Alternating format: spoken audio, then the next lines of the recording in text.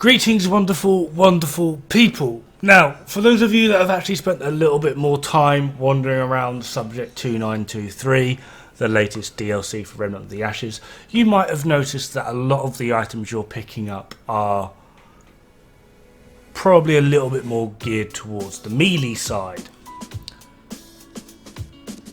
There's just one slight issue with this. Pretty much every melee build, once you get past hard, really struggles and are pretty much rendered useless by the time you get to Apocalypse. There is, however, one exception, which I'm demonstrating for you now. Now, this is probably the only melee build. You can do variants of this, but there are going to be three things really that sort of stay the same.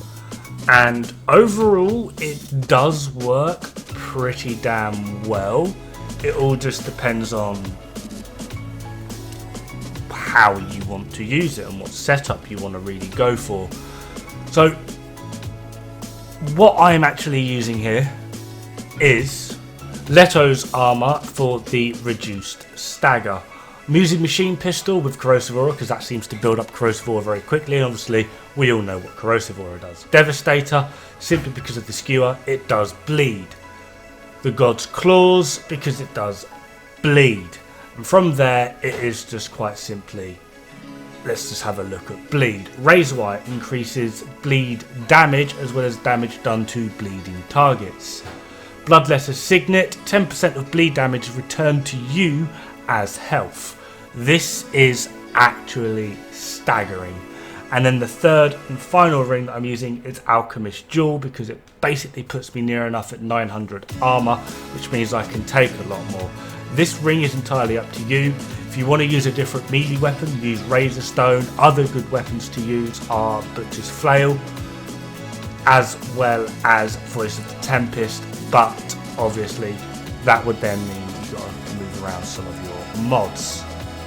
Now, as you can see, this is not the quickest clear of an Apocalypse boss, but again, I do know this is a boss that a lot of people struggled with, as well as dislike, simply because of his absolute crap.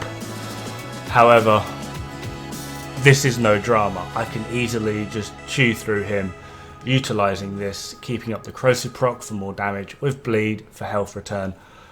Sadly, the claws aren't that much of an initial damage output. Most of their actual damage actually comes from the bleed, which is hilarious.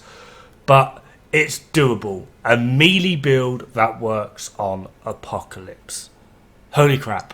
Now we just need the same sort of setup to go for corrosive, fire, etc, etc. Fire one could be good, actually.